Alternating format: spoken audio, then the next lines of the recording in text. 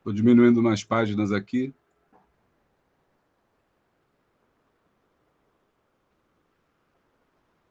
Boa noite a todos e todas. Nós estamos na reunião do Núcleo de Pesquisa e Estudo Sankofa, UF.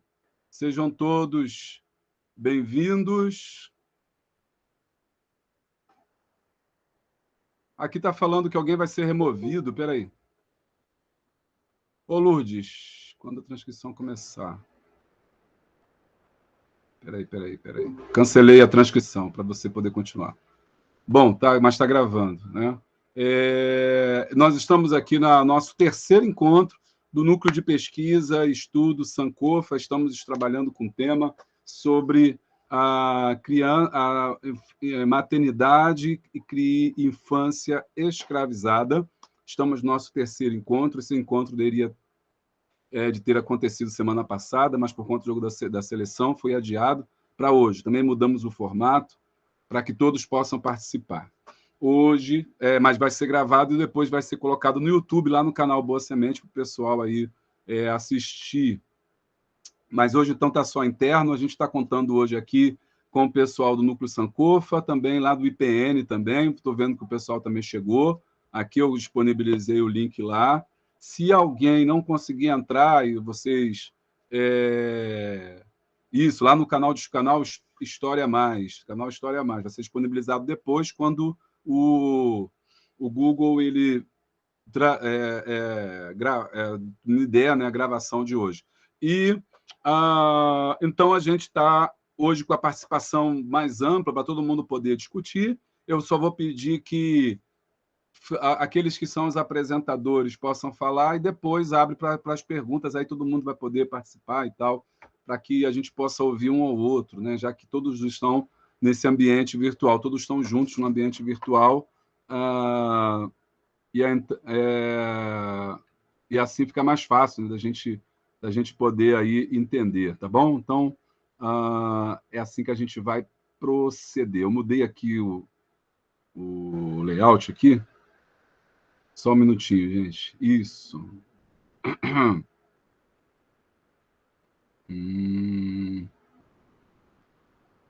Só um minutinho, gente. Só mais um minutinho.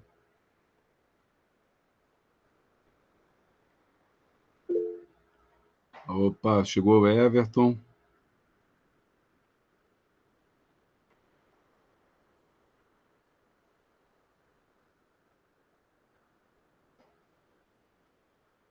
Só um minutinho, gente. Então, vou aqui...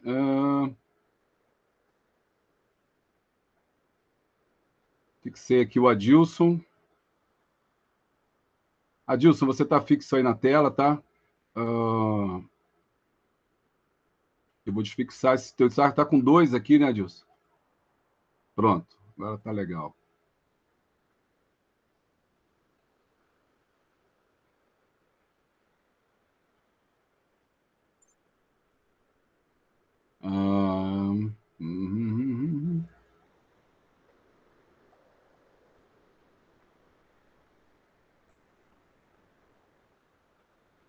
Bom, então, nós hoje estamos com os textos para a gente trabalhar, e os textos são os 3 textos que a gente vai hoje estar organizando aqui com vocês, e eu vou começar fazendo um apanhado geral, né, do núcleo, onde que a gente está, o que a gente está pesquisando, para quem está chegando agora. Estou vendo que tem muita gente nova não, né, que a gente está podendo se ver hoje. Estou vendo de novo o Jefferson Todão, né, que já participou de live aqui com a gente. Seja bem-vindo aí, a Tamires, enfim, o pessoal está todo aí. A Lourdes, a Eliette, lá do IPN, Danilo também é do IPN, Daniele Rico, tempinho que eu não vejo ela, Adriana Gomes. Bom, e a gente está aqui para conversar sobre esse tema. Eu vou só apanhar que nesse semestre nós estamos trabalhando com a questão da maternidade escravizada, e temos alguns textos, né, que a gente está trabalhando. Nessa aula de hoje, nesse encontro de hoje, a gente está trabalhando com um tema sobre criança escravizada, religiosidade e cultura. E tem os textos, né, que o Adilson vai estar conduzindo aí com a gente essa discussão, e depois eu venho só para falar um pouco sobre a Mary Caras, porque foi até um pedido da Adriana, inserir ela seria a Mary Karash, né, o capítulo 6 da Mary, sobre a saúde dos escravizados, né? E para a gente pensar um pouco como é que, já que ela também aborda essa questão das crianças também, então, então é legal, né, a gente estar falando sobre ela, mas no final, então, eu vou falar um pouquinho sobre ela. E aí, depois que o Adilson falar, a gente pode abrir para discussão, para as contribuições, depois eu falo um pouquinho e aí a gente encerra. Adilson, é contigo. Boa noite. Boa noite, pessoas. Adilson Amaral aqui. Então, vou começar o seguinte. Na obra História, Escravidão, Cultura e Religiosidade Negra no Brasil, Brito e Mandarino nos leva a compreender a experiência da diáspora que constitui-se em um primeiro e decisivo passo para a percepção das experiências religiosas afro-brasileiras, onde a religiosidade é a apropriação e a ressignificação da palavra religiosa em terras brasileiras, desvelava a capacidade criativa dessa gente que contribui decisivamente para a construção do Brasil, na qual os negros estiveram presentes desde o início da formação social brasileira, sendo possível afirmar que suas culturas e, consequentemente, suas religiões contribuíram para forjar as identidades formadas no Brasil. Identidade esta que vem sendo apagada pela história, não contada nos livros didáticos, e pela intolerância religiosa afro-brasileira, apagando com isso a cultura desse povo. Aí me veio o pensamento, como é que a gente consegue chegar numa compreensão dos valores dos povos, né, que vieram para cá trazidos, escravizados, e as suas formações, suas culturas e suas identidades foram apagadas no meio do caminho, tirando com isso os direitos deles pensarem, deles terem acesso à cultura, às escolas, né? E no que cerne a violência contra as crianças escravizadas, levando-se que eram a maioria, né, dos escravizados trazidos para cá. Karash nos revela na obra A Vida do Escravo, no Rio de Janeiro, que era o grande a mortalidade devido ao tratamento dado a essa gente. E o que seria tratamento dado? Adilson. Eles eram violentados Adilson. de todas as formas. Vê se o teu microfone está dando eco. Vê se você está com 2 microfones ligados, fecha um para você falar num só. Tá certo.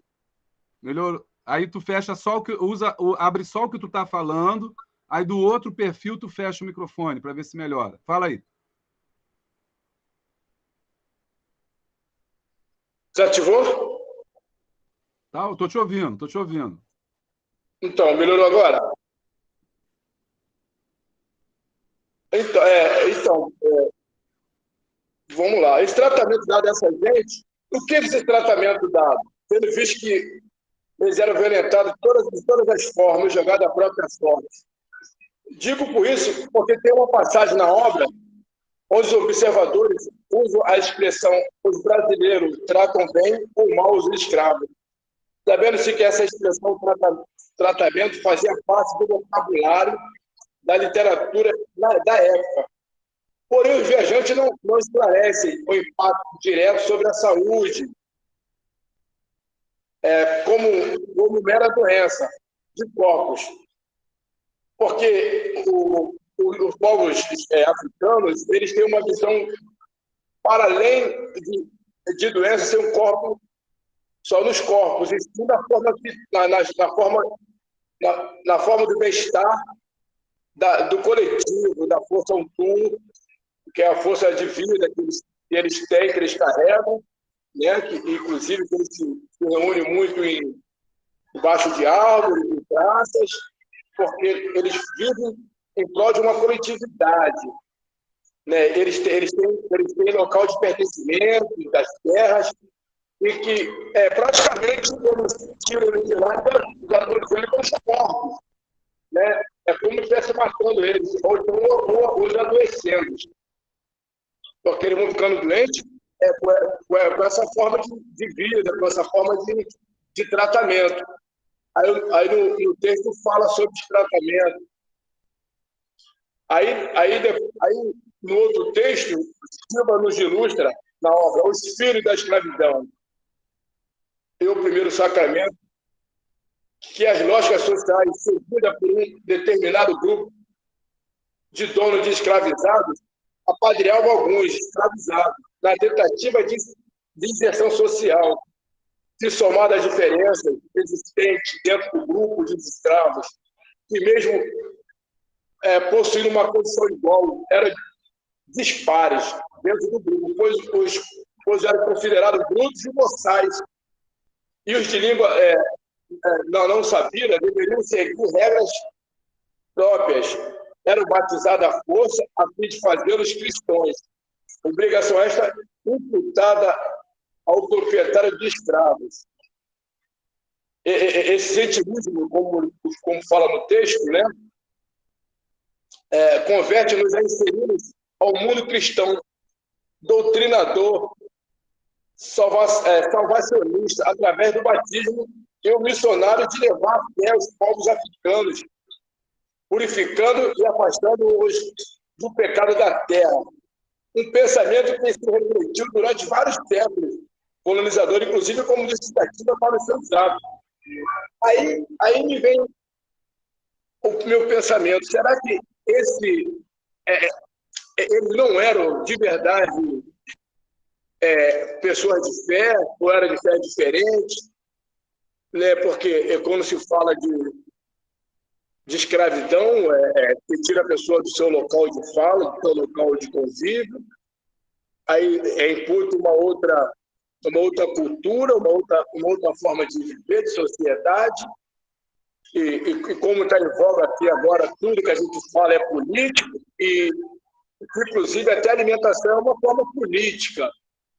Quando a gente se alimenta, a gente é uma forma de política de alimentação, ou seja, ela de quais foram. E tudo isso foi tirado deles, que eles nem tinham, passavam fome, sede, era deixado a Deus dará, como diz na história, e nos artigos, nas obras, nos revela uma forma de se pensar sobre como devemos ver isso na filosofia ou no consciente do bem viver, né? E o bem viver é um conceito.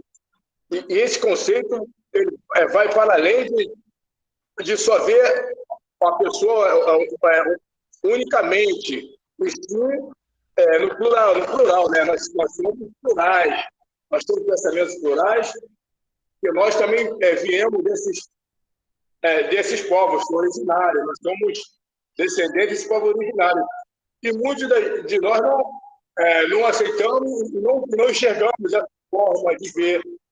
E isso nos remete a pensar, a repensar como devemos usar isso em prol de manter a cultura e a religiosidade dessa gente. É isso que eu tenho que falar agora no momento. E vou abrir o espaço para que vocês possam fazer algum questionamento e a gente continuar com o papo. Obrigado, Adilson. Obrigado. Tem alguém que gostaria de comentar um pouco sobre o que foi falado, sobre o que o Adilson colocou aqui para a gente? Adilson, eu gostaria que você falasse, quando você fez esse questionamento, queria que você desdobrasse. Você questionou assim, será que eles tinham uma religião, alguma coisa assim? Eu não entendi. Dá para você repetir essa frase, desdobrar aí? Já que ninguém comentou nada, você tem esse tempo para você falar sobre isso melhor, explicar melhor. Sim, porque ele é sabido, né, nos estudos, no livro, que eles já tinham as religiões deles, que eles tinham as crenças deles, né, e eles vêm, e na história vem dizendo que eles não tinham religião, que eles tinham, né, que eles eram pagãos, que eles eram boçais, que eles eram brutos, e quer dizer, isso é mentira, é uma história inverdadeira, entendeu, Gil? Aí, por isso que nós temos que pensar nessas religiões, porque, vou dar um exemplo, o candomblé veio de África. Mas já a Umbanda não. A Umbanda foi construída aqui no Brasil, né? Uma mistura, uma miscigenação de religião diferente que formou uma. É por isso que é uma criatividade dele, foi a criatividade dos povos originários que vieram de África. Aí diz que o cara as pessoas não tinham religiosidade. Tinham sim, mas era o dominador, o colonialismo cristão que funcionava para que eles pudessem ter uma vida um pouquinho melhor. Bom, então, eu entendi. Só que é o seguinte, deixa eu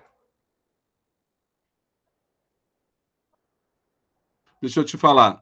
Não é que o texto ele fala que esses escravos eles não tinham religiosidade, é porque são textos de história. Então, quando o historiador ele vai trabalhar um tempo, um período histórico, ele se apropria da fala daquele momento. Então, por exemplo, no texto da Revista Histórica, né, que está falando sobre batismo, compadrio, que ele fala assim, os filhos da escravidão e o primeiro sacramento. Ele mostra nesse texto como é que a Igreja Católica, né, se utilizou do batismo para inserir essa população, né, escravizada que estava chegando no Brasil dentro da religiosidade católica, né? É disso que o texto trata. Mas o texto também mostra que os escravizados eles se utilizaram deste batismo para construir as suas relações sociais. Então, quando ele diz que os escravizados eles não tinham religião ou religiosidade, não é que o autor está dizendo, não é que o texto está dizendo que eles não tinham. O que ele está dizendo é que o motivo pelo qual os católicos, né, a igreja, obrigava a batizar essas pessoas é porque, na visão da igreja católica, eles não tinham religião. Então, quando a gente lê um texto histórico, a gente tem que ter esse cuidado de entender que o historiador ele não está falando na primeira pessoa, ele não está colocando a sua opinião. O que ele está, muitas das vezes, é recortando um texto, uma frase, e se utilizando, né, da fala do próprio objeto, né, da fala daquele que tá sendo estudado. Então, quando ele diz, olha, os negros não tinham religião e por isso eram batizados, isso não era ele que está dizendo, não é ele que está afirmando. Aí ele está dizendo que o recurso, né, que era utilizado, o artifício utilizado, a fala, o discurso utilizado para poder falar, para poder colocar isso. Fala, Lourdes, pode falar. Lourdes, está aberto para você. Oi, Gabriel, isso também não teve influência também das irmandades, quando os negros chegaram aqui no Brasil e construíram suas irmandades próprias para poder ter a sua religião junto com a católica? Eu ia falar sobre isso. Bem lembrado. O texto Era a mesma pergunta. O texto não fala disso, mas quando a gente começa, né, a estudar, a gente começa a entender que o texto vem do grego, né, do grego ou do latim, tessere, né? Acho que é latim. Tessere, que significa tecer, né? Então, ele é só um texto, ele é só uma trama, ele é uma linha que a gente tem que colocar ao lado de outros. Então, por exemplo, a Marisa Soares tem um livro chamado Os Devotos da Cor. Os Devotos da Cor, se alguém puder dar busca e dar busca no Google e colar no chat aí a referência, vai ser legal. Devotos da Cor, só para eu não parar aqui, onde ela trabalha justamente essa questão das irmandades. E o que ela diz é o seguinte: sim, as irmandades elas têm um papel importante nessa situação, porque as irmandades são um caminho pelo qual esses escravizados eles reconstroem a vida na América. Só que a gente também não pode, né, como o Caio Bosch mostra isso também, com os leigos e o poder, falando sobre as irmandades. O que são as irmandades? As irmandades são as ordens, né, da sociedade de pessoas leigas, dentro da Igreja Católica. E são eles que vão movimentam a religiosidade católica, são eles que tocam aqui, porque a igreja não tem dinheiro, né? A igreja não tem dinheiro, a igreja não tem recurso, não tem nada. E são os leigos que movimentam. Então, graças a essas irmandades, aqui a igreja vai estar presente.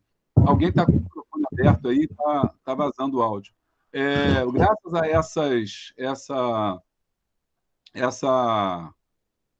essas irmandades é que vai sendo colocado, essa igreja vai se colocando. E um dos meios pelos quais os escravizados se inserem nesse novo mundo, reconstroem as suas relações, é através das irmandades. Então, as irmandades, sim, elas têm um papel importante. Só não caiam na armadilha de pensar, porque, sim, embora a Irmandade tenha sido deixada, né, ou seja, ela recebe um espaço de ação com o objetivo de dominar, ou seja, né, então, já que ele... Bom, olha só como é que é interessante, né?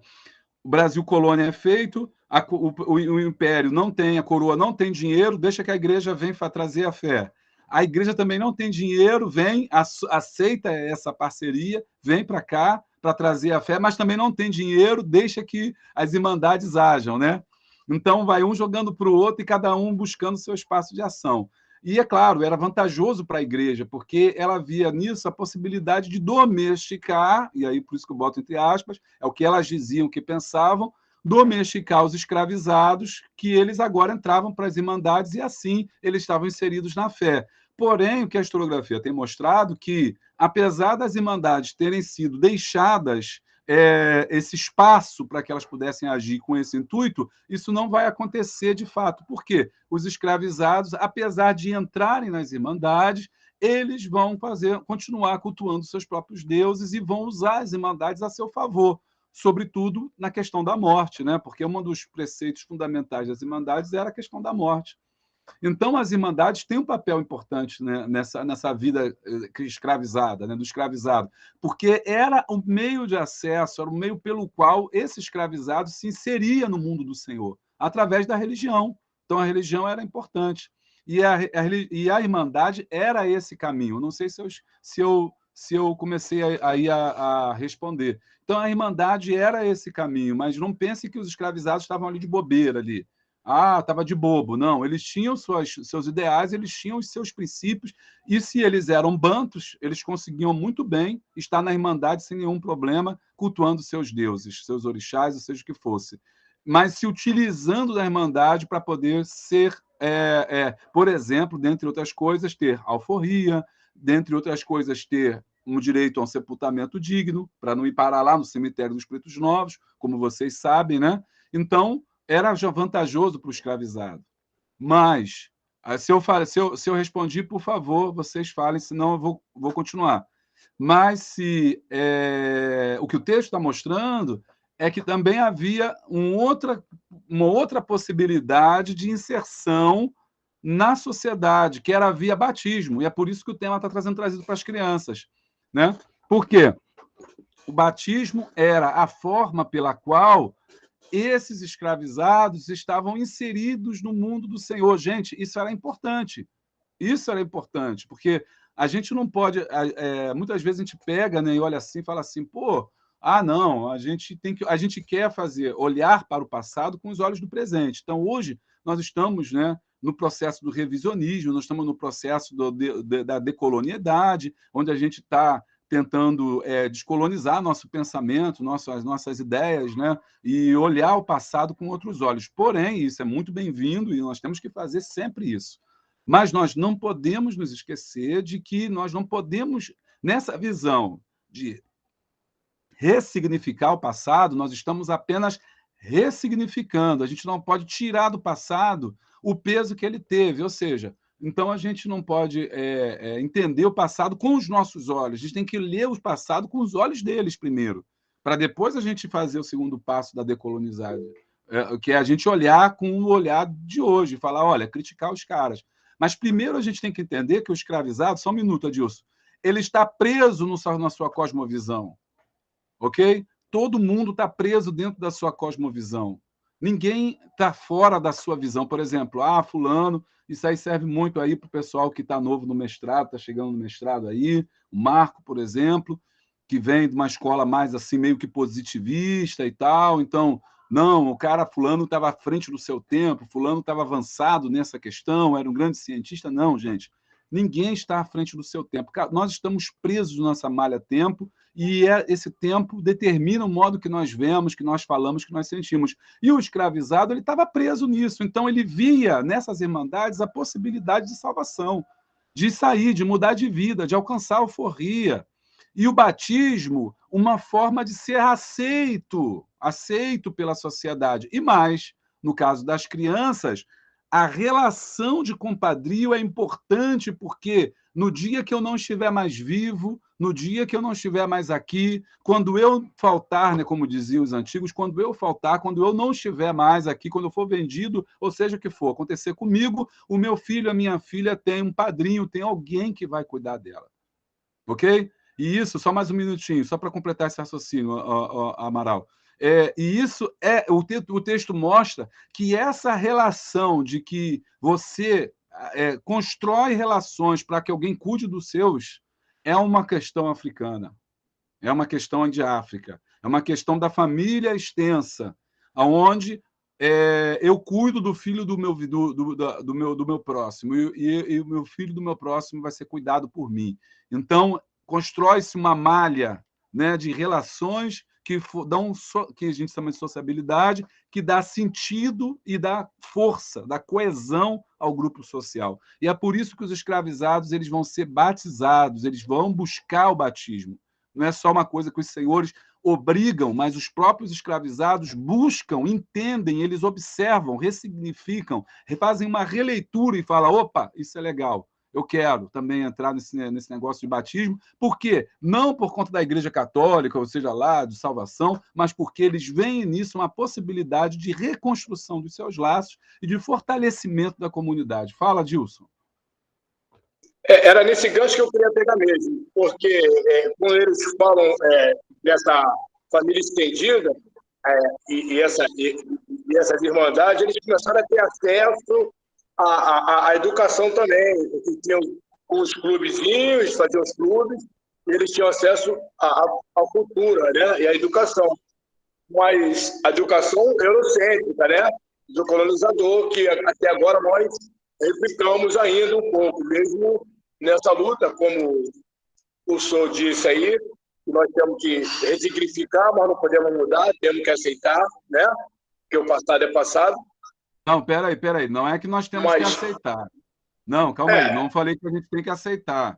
O que a gente tem que fazer é não cair na armadilha do revisionismo, por exemplo, de pegar o passado e meter o pau em tudo, por exemplo. Aí você pode falar assim, não, mas os caras, vamos discutir, isso aqui é para a gente conversar, estamos discutindo, é aberto para a gente conversar. Não, mas os caras aprenderam uma cultura eurocêntrica. Cara, mas era o que tinha, não tinha como você querer deles, entendeu? Você pedir que eles tivessem um outro tipo de cabeça, não tem como. E assim como o senhor também tem um outro tipo de cabeça. Naquele momento, isso estava colocado para eles, entendeu?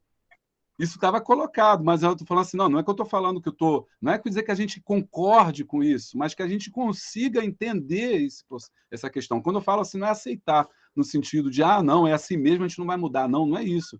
É você olhar o passado, entender o passado, compreender o passado, entendeu? Entender quais eram as escolhas possíveis, o que ele poderia ter feito ou não poderia ter feito, mas dentro da sua própria cosmovisão, porque senão a gente está sendo injusto, entendeu? A gente está sendo injusto com as pessoas do passado, porque eles não tiveram a nossa educação, a nossa possibilidade, os livros que nós lemos, o pensamento que nós temos, eles não tiveram acesso. Então, a oportunidade era outra, né? A oportunidade era outra. Por exemplo, olha só, uma coisa interessante. O Marcos, só um minuto.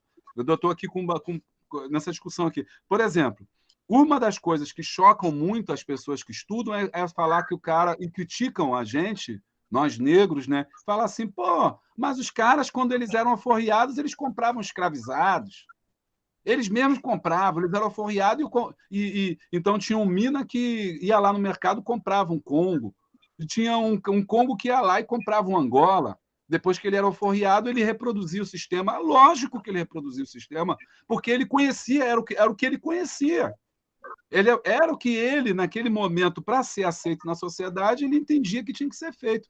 Aí os caras usam isso, entendeu? Para nos criticar, para falar que nós éramos culpados da própria escravidão. Porque, na verdade, o que ele está dizendo foi assim: tá vendo? Vocês mesmos são culpados. Não, peraí, não. O cara fazia isso porque era uma questão social. Número 2, é a mesma questão também da África, quando diz que um escravizava o outro. Não era o outro. Porque a África, quando a gente olha assim para a África, fala assim, o africano, bom, o africano é uma construção, o africano não existe. Né? O africano é uma construção. Por quê? Porque, na verdade, esse africano não se vê como africano, ele vê como Angola, como Congo, como Jeje, como Mina. O cara é preto, mas para ele não interessa que ele é preto, ele é de uma outra etnia, eu posso lutar com ele, porque nossos antepassados, desde tempos imemoriais, são inimigos e vão continuar sendo inimigos, ainda que a gente chegue na África, na América, se eu encontrar outra pessoa de uma outra etnia, ela vai ser minha inimiga para sempre, porque eu não vejo ninguém como africano. Africano é uma construção do século XIX para o XX. Então, eles criticam a gente por isso. A gente tem que falar. A nossa modo de rebater é dizer, não, peraí, você está julgando os caras por uma coisa que eles não tinham condições de pensar diferente, porque eles estavam presos nessa malha há tempo. E eles não estavam... você não tem caso de um cara escravizando o outro da mesma etnia. Ele escravizava, quando ele comprava um escravizado, ele comprava de uma etnia diferente, reproduzindo aquele sistema que ele tinha lá da África, que ele trouxe lá da África, que aos olhos do branco aqui, europeu, ele estava ele está escravizando seu irmão. Mas quem disse que ele via o cara como seu irmão? Isso ele fazia porque era necessário para reproduzir o sistema que ele aprendeu e ele achava que era o certo, entendeu? Então, o que eu estou falando é isso. A gente olha para o passado, a gente entende o passado dentro do passado e tenta ver quais eram as escolhas que eles podiam fazer, o que eles não podiam fazer, e falar, tá ok, é legal, isso aí é o que podia ser feito. Agora, o problema é quando, e aí eu concordo contigo, Adilson, é quando a gente pega isso e joga no presente, ou seja, vamos reproduzir essa mesma coisa? Não, hoje não. Hoje, se o cara vier contar para a gente essa história, a gente vai querer saber da nossa história. A gente não quer mais saber dessa história europeia, eurocêntrica, porque ela já passou, ela já estava num tempo já dela, onde a gente aprendeu sobre ela. Agora, nós queremos saber da nossa história, não queremos mais essa história eurocêntrica, porque esse tempo já foi, entendeu? Como é que é esse barato, a gente entender? Isso não cabe para nós hoje, no século XXI, a gente ficar reproduzindo a história dos vencedores. E aí é legal essa questão da decolonialidade, entendeu? Da gente repensar hoje, agora. A gente vê no passado como isso aconteceu e falar, nós não queremos isso para nós. Entendeu, Adilson? Mas é só a gente estar conversando, aqui é o bate-papo, a gente está aprendendo junto. Agora, sim, não, sim, entendi. Perfeito. Perfeito. Tem alguém na fila aqui, é o Marco. Fala, Marco abaixou a mão. Eu só queria colocar, Bruce. Está me ouvindo? Eu queria... Estamos ouvindo. Eu queria colocar o seguinte, pegando esse gancho mesmo, que parece a situação não bastava eu me endeusar, né? Um europeu chegando, esse discurso aí, dentro desse gancho que você está falando. Eu preciso demonizar o outro, para eu me valorizar mais ainda. Positivo. Então, não basta eu contar os meus méritos, eu tenho que te rebaixar, eu tenho que te inferiorizar para eu me engrandecer. É uma situação assim que não é como se fosse a via de mão dupla. Não basta eu mostrar o meu mérito aqui. Eu preciso rebaixar o outro para realmente me supervalorizar e mostrar que ele é inimigo. E aí é o seguinte, nessa questão desse rebaixamento, não é porque o outro ele é sempre visto pelo que falta. O europeu vai sempre olhar o mundo pelo que falta, ou seja, pelo que ele não tem. Aliás, e não tem entre aspas, pelo que ele não enxerga, pelo que ele não consegue enxergar.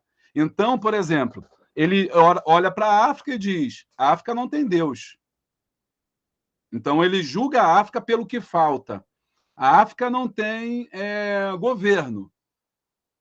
Ele julga... Então, são o quê? São... como é que eles falavam? Eram pessoas bárbaros, são bárbaros, porque não tem lei, não tem Deus, não tem dinheiro, não tem organização, não tem nada. Então, é sempre olhar o outro pelo que falta.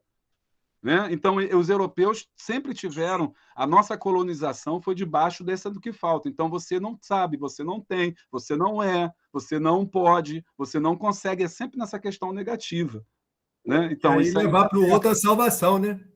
mas então, aí quando você for colocar, você sempre procura entender que é julgar o outro pelo que ele não tem. Agora, só que o segundo passo, o desdobramento, é não que ele, essa pessoa, realmente não tivesse.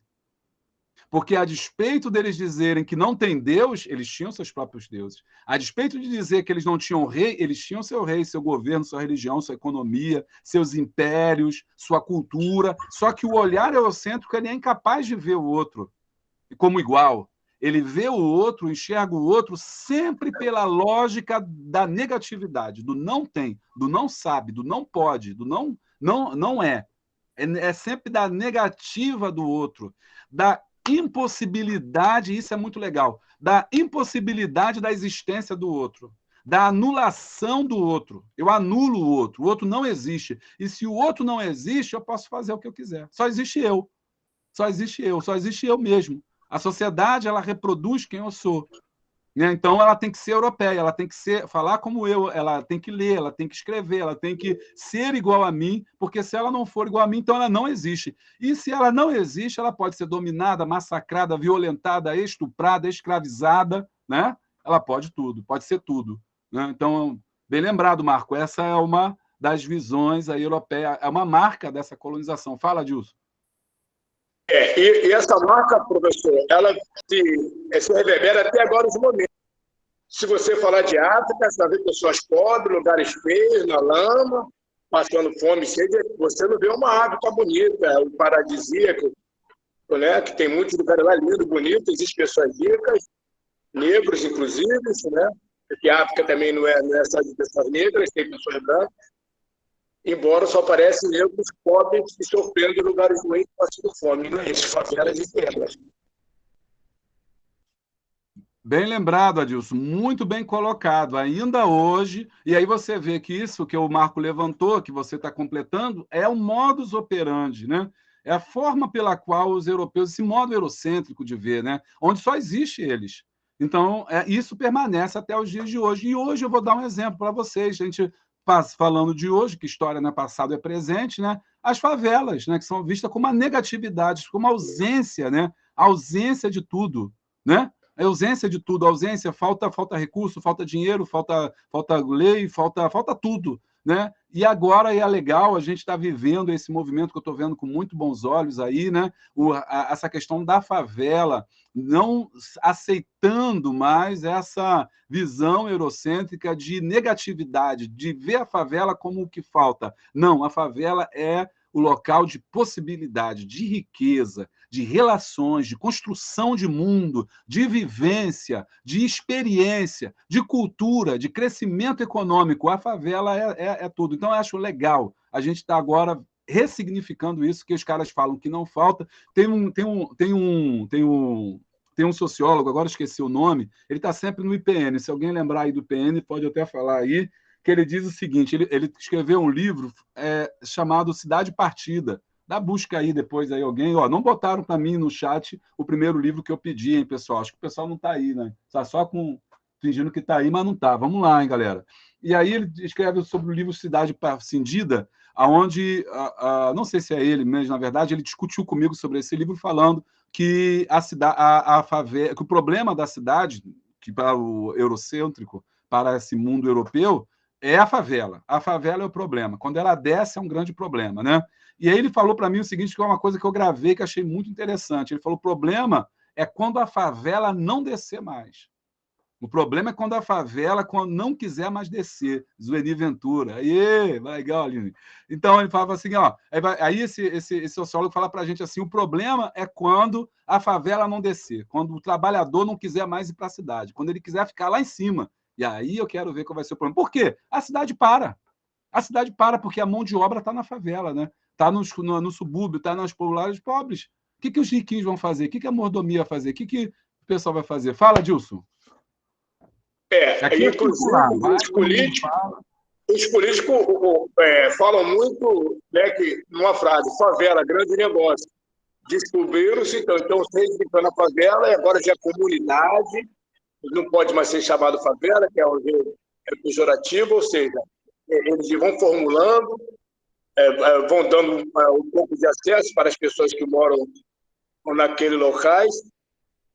Por quê? Para poder também utilizar das benfeitorias deles, no caso das artes, das culturas que eles têm, que eles produzem lá. Porque a favela agora é um grande negócio. Você não paga nada, não paga imposto, não paga nada, e você vive muito bem. E tem pessoas com condições de ir morar em favela, e fazendo casas grandes e bonitas.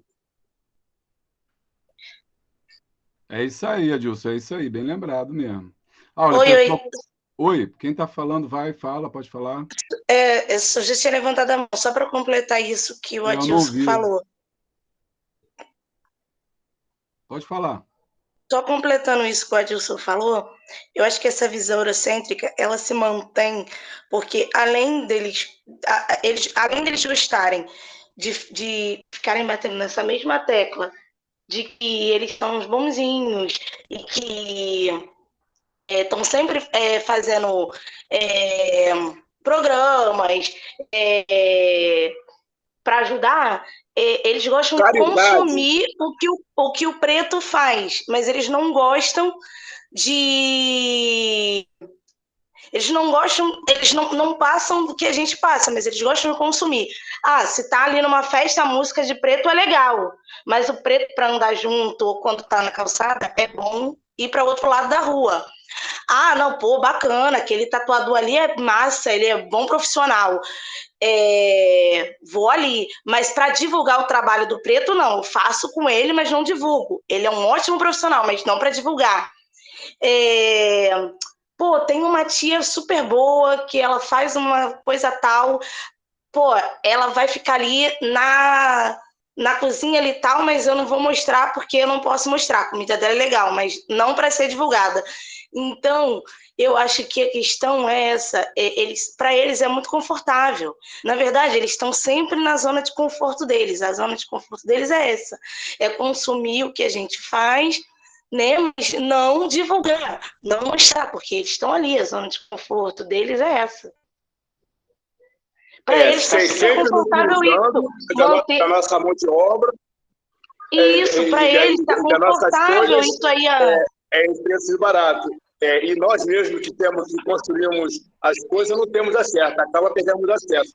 Um exemplo disso, eu posso falar do carnaval. O carnaval, antigamente, era cultura de negros, de povos originários, que agora a gente não teria acesso lá.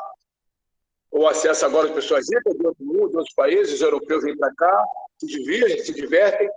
Ou seja, a nossa cultura é cerceada, não é roubada, é cultura. E a gente sem cultura, a gente perde a identidade, né? E com isso a gente vai se tornando uma pessoa inferiorizada socialmente, que eu, na verdade, não deveria ser. Deveria nos enaltecer, nos aumentar.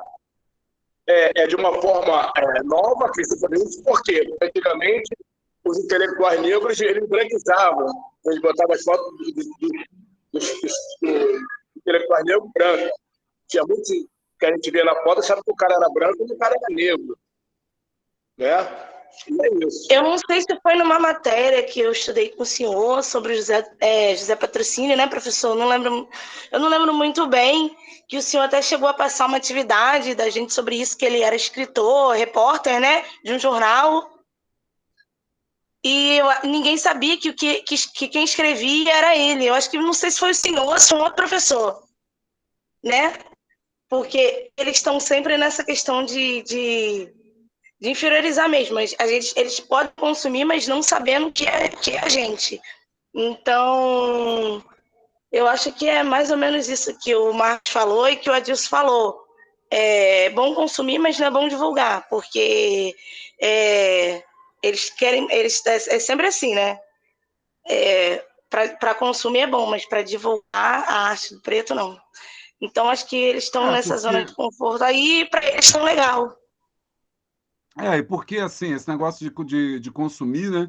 é muito complicado, né? Porque realmente eles consomem mesmo. A gente sabe que o mercado está aí, se der dinheiro, eles vão ganhar dinheiro em cima da gente. Quanta gente, né, já perdeu tanto dinheiro, né, por conta de... Estava vendo uma série na Netflix. Lourdes, você é a próxima, tá? Já coloquei você na tela aqui. Desculpa, professor, mas eu nem digo consumir de grandes empresas, não. Estou falando até pequenas. Às vezes você tem um negócio, alguma coisa, e aí eles pegam a ideia, porque, assim, muitas das vezes as pessoas não têm muito aquele conhecimento. E aí fica para eles, entendeu? Porque a pessoa está ali naquele... Não estou nem falando de empresa grande, não. Estou falando, às vezes, que a pessoa tem ali uma ideia, tal, a pessoa pega... Não, porque eu vou te ajudar, vou fazer aquilo, e aí fica por isso mesmo. Porque as ideias, aprofundam nossas ideias. Estamos aí nesse... E olha só, e sem contar que, por exemplo, ó, no caso, aí no Valongo, o que tem de pessoas que não são de cultura, que estão enfiadas ali para ganhar dinheiro, que nem pretas são, né? Tá todo mundo enfiado ali, dá dinheiro onde tem dinheiro para soltar. Exatamente. Ô, Lourdes, vamos usar a Lourdes, senão o tempo não vai dar. Lourdes, está contigo.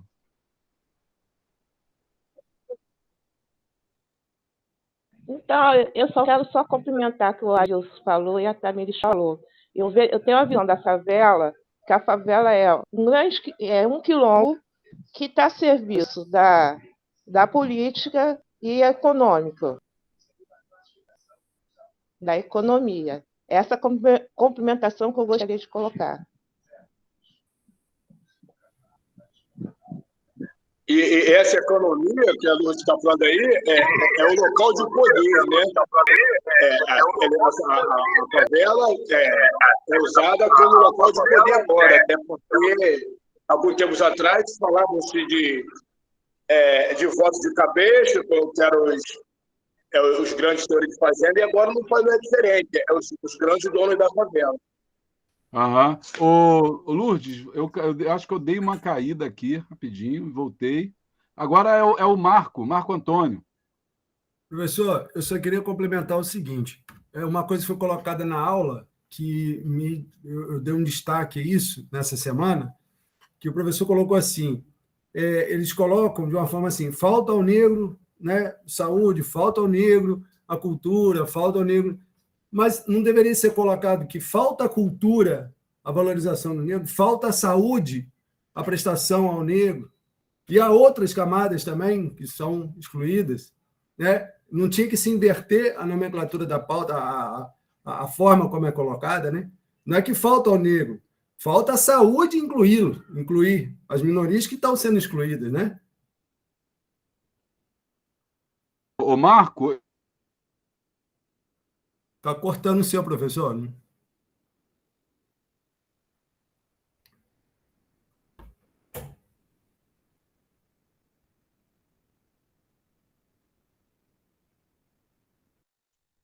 Mas essa exclusão que a gente fala do negro, Marco, é porque a gente está lembrando aqui, fazendo recorte... Eu dei uma caída, dá para repetir, por favor? Né? Que agora existem pessoas de pele branca, mas são descendentes de negros, de indígenas, somos originários, que não são reconhecidos. Você mesmo se reconhece por ter a pele branca, mas você é de povo originário, só que a gente não se reconhece, alguns, como povo originários que somos, que agora é os brancos pobres e que moram em favelas e palafitas. Entendeu? Mas quando a gente fala do negro, a gente não está falando só da pele, sim, da minoria, que na verdade seria a maioria. Até a palavra minoria nos remete a nos diminuir, pensar que nós somos menores, não somos. Assim também como as mulheres, a gente fala que a mulher é minoria e não são. Entende? Quer dizer, quando a palavra minoria é para diminuir esse aspecto. Peraí, Adilson, não, peraí, só um minutinho, deixa eu te corrigir agora, porque isso é importante, você tocou num ponto importante, só um minutinho. Quando a gente usa a palavra minoria, a palavra minoria ela é um conceito, tá? Ela é um conceito, ela é usada justamente para mostrar pessoas que estão em ou grupos sociais ou étnicos que estão em situação de vulnerabilidade. E a palavra minoria não tem nada a ver com o número da quantidade. Então, quando a gente fala de minoria, está falando de minoria no sentido de não da quantidade.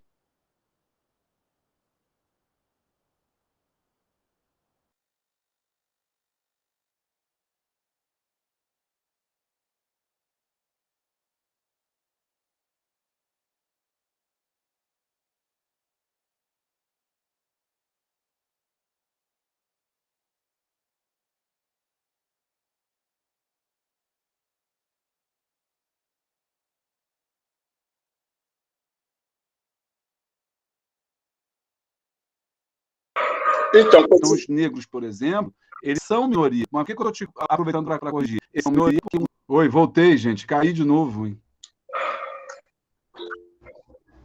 Eu tô...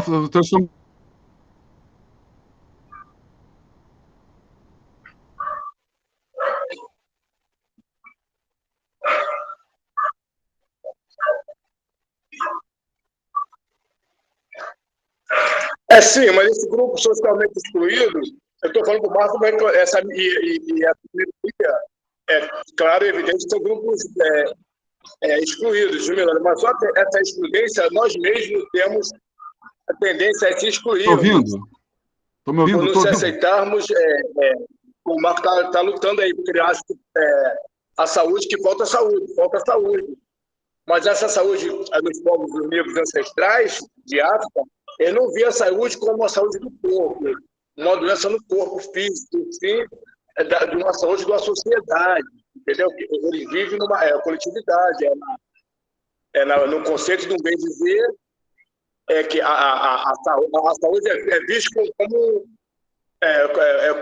uma qualidade de vida, que nós chamamos aqui, que todos temos que estar bem, saúde, alegre, feliz, e não machucados ou doentes, como a gente pensa que como a saúde eurocêntrica é uma saúde individual. Não, a saúde do povo negro é uma saúde coletiva. Entendeu, Marco?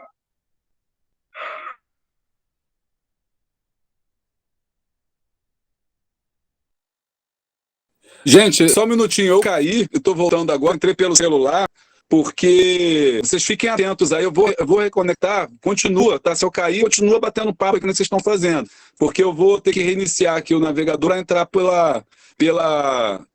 voltar de novo pelo computador, porque ali dá para controlar melhor. Mas é isso. Então, se eu cair, continua tocando a bola que vocês estão fazendo aí, que tá legal. Deixa eu te falar uma coisa, eu estava falando sobre...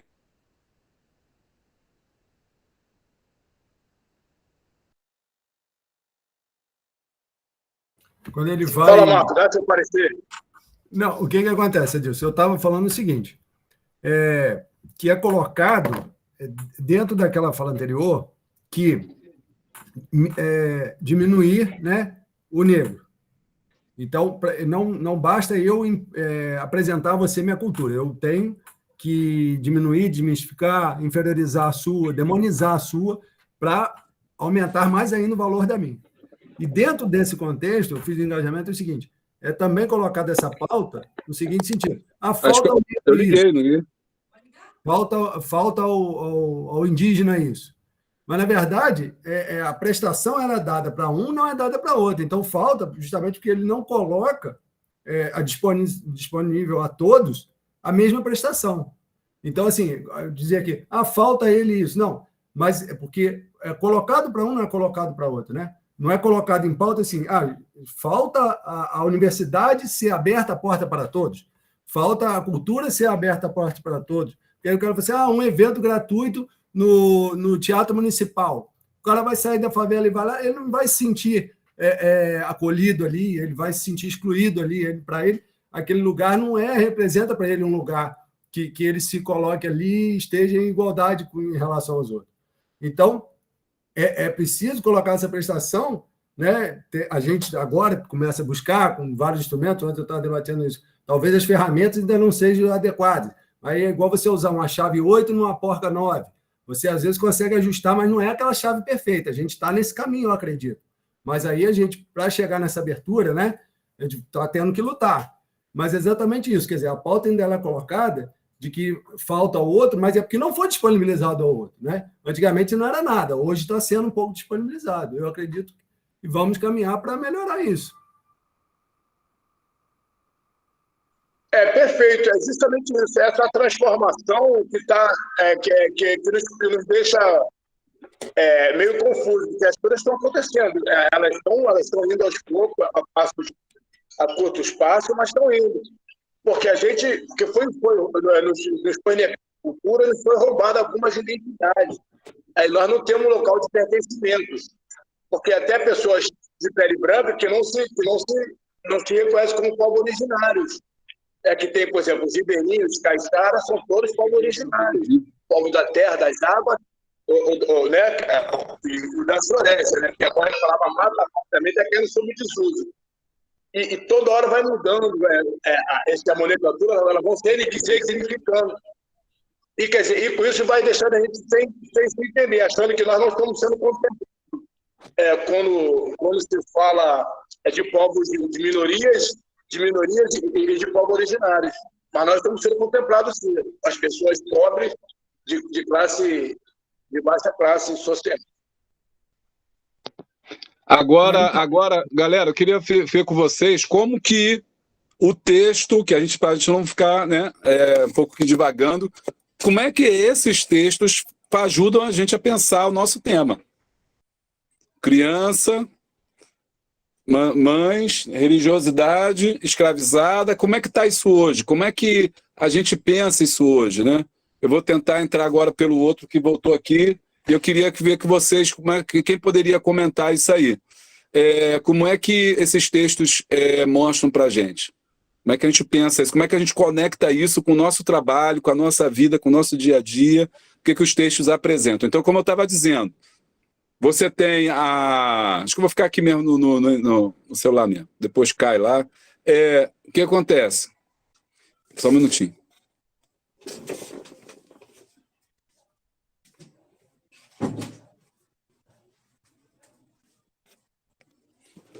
Os textos mostraram para a gente que existe uma religiosidade católica. O negro, para ser aceito, ele era obrigado a entrar por essa religiosidade, era batizado, né, violentado, enfim. Mas essa era uma forma que ele usou como instrumento de reorganização do seu mundo, ok? Como é que eu posso trazer isso para agora? É entender que hoje o negro, o preto, a criança da favela, seja o que for, né, o afro-brasileiro, o afrodescendente, como a gente quiser chamar, ele cria as suas próprias, os seus próprios, pode ser que ele crie as suas próprias, os seus próprios mecanismos de inserção na sociedade. E aí tem a ver com o que a Tamires colocou, e a gente está conversando, a conversa está girando, nesse sentido da cultura, nesse sentido da favela, né, nesse sentido, isso, Everton, da integração social. E é a forma que a gente, às vezes, a gente pode até criticar. É claro que a gente critica, eu também critico, porque o cara vai entrar, ele só consegue se inserir via futebol, só consegue se inserir via samba, pagode, mas o cara também pode se inserir pelo intelecto. Mas aí entra o que o Marco falou, a questão da falta, né? Mas a falta não é porque ele não tem, é porque não é ofertado. E a gente tem que ver por que não é ofertado. Não é ofertado porque tem um interesse. Lá no Brasil República, colônia, havia o interesse da manipulação. Então eu ofereço para eles aqui a irmandade, mas assim eu controlo, eu domino, eu cerceio, eu digo o que pode e o que não pode. E até hoje continua da mesma forma. Só que não é mais via igreja, hoje é através do espaço público. Ele te oferece, mas ele te cerceia, ele te limita, ele impede que você avance. E acho que o grande barato é a gente ocupar os espaços. Como, assim, falar assim, isso eu não vou entrar. Não, tem que entrar na universidade pública e tem que... É o que Foucault, né, ele fala sobre isso, sobre a questão do poder, ele fala que o poder está em todo lugar. Né, quando ele fala sobre a microfísica do poder, ele vai dizer que o poder está em todo lugar, está em todo lugar está o poder. O poder está aqui, está aí, está em todo lugar. E a violência também. Agora a gente tem que ocupar os espaços. Quando a gente ocupa os espaços, a gente quebra o poder por dentro.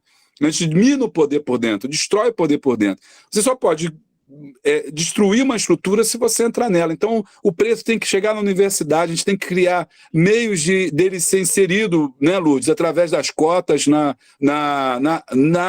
universidade pública, tem que entrar, tem que dar a cara preta lá, se colocar no mundo, né? Se colocar no mundo, o seu lugar é no mundo, não é onde ele quiser, e ele se inserir nessa sociedade e ocupar os espaços, mesmo por menores que sejam, né? Mesmo por menores que sejam, nós não podemos desprezar os espaços que não se lá. Assim, não, esse é espaço de branco, não. Eu posso estar em qualquer lugar, eu vou para qualquer lugar, eu vou ocupar tudo, é tudo meu, né? Porque nós temos o direito de ocupar como seres humanos, é tudo nosso.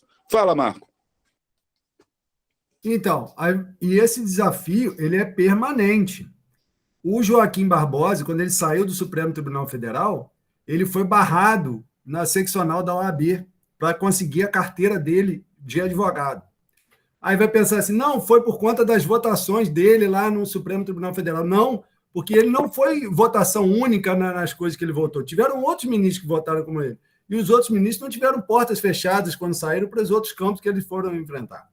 Então, essa busca aí de ocupação, ela não pode ser assim, porque eu não consegui ler, ela tem que ser permanente e conjunta. Porque esse desafio ele é muito grande, ele enfrenta muita resistência, apesar de, às vezes, parecer que há uma aceitação, e a aceitação, às vezes, ela pode ser disfarçada. Porque essa questão da prestação, que eu volto para mim, ficou muito interessante isso, dessa falta. E aí usar esse termo falta. Falta como, para quem, de onde e de que forma. Isso aí precisa ser muito bem explicado. Então, porque aí, às vezes, alguém chega lá e ocupa algum determinado espaço, e aí faz assim, bota como a cota ali, cumpriu, então, não pode ser suficiente. Tem que ocupar os espaços de poder realmente. E não é, né, uma forma assim de ser uma falsa ocupação. Isso ainda vai sofrer muita resistência ainda, e é um desafio ainda muito grande, apesar de parecer que às vezes vem um discurso para tentar, como é que fala? Amanciar os corpos, né? Para tentar docilizar os corpos. Às vezes com um falso discurso de que está sendo aceito, para tentar minimizar uma situação que pode ser mais tênue, né? E é nesse discurso, Marco, acabou de falar também, é nesse discurso, Marco, que eles se pegam, porque tem pessoas negras que acham que vai contra as cotas, porque não se reconhece, acham que não, pô, eu sou tanto igual a eles. Por quê? Porque a força da sociedade, né, eles se acham em outro patamar, diferente daqueles, inclusive com branco, que se sentem prejudicados. Se eu sou pobre, eu estudei no colégio público de uma qualidade, eu tenho que ter direito à cota também. Mas aí, só que ele não entende que existe outro tipo de cota, não é do negro, mas tem cota das pessoas pobres, assalariadas, entre outras coisas. Fala, Camila.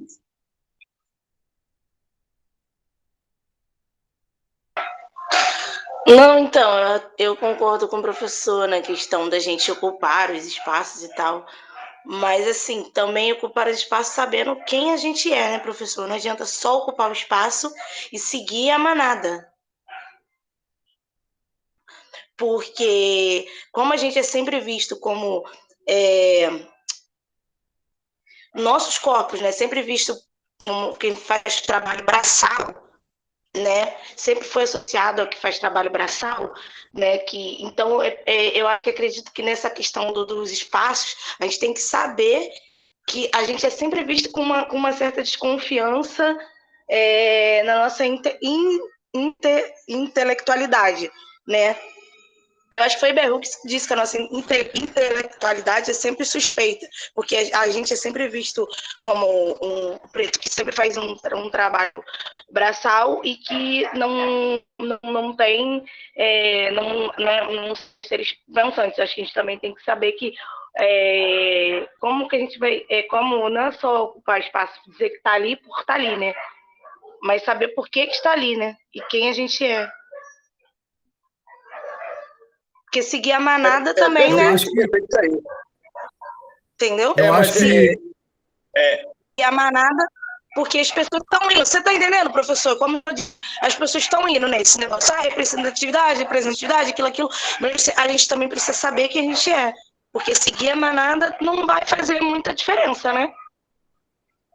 Eu acho que é porque a gente tem que saber o espaço que está ocupando também. Como a gente está ocupando.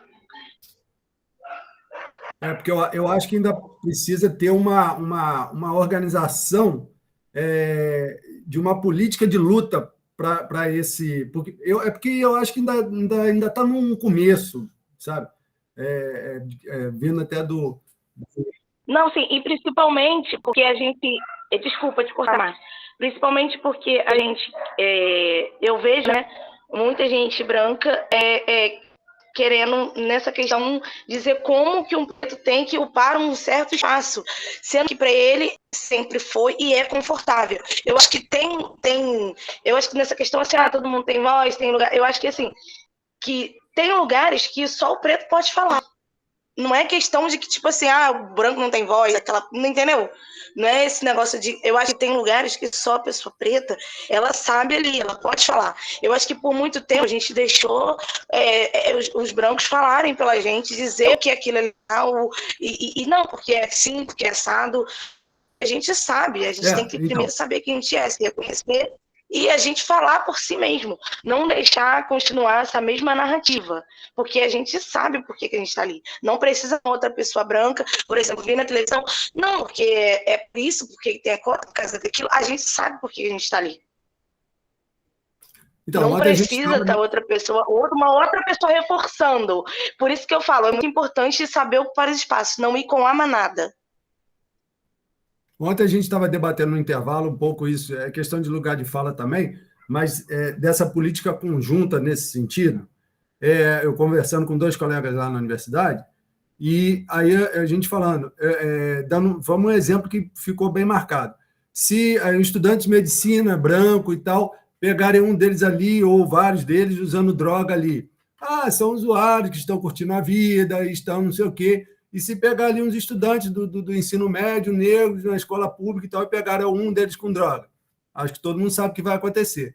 Então, essa diferença de tratamento, e porque para o deles vai, inclusive, aparecer o pai de alguém lá, que é advogado, que vai liberar ali, vai dizer que foi um mal-entendido, e nada demais, sim. não sei o quê. Inclusive, aconteceu recentemente isso, né, Marcos?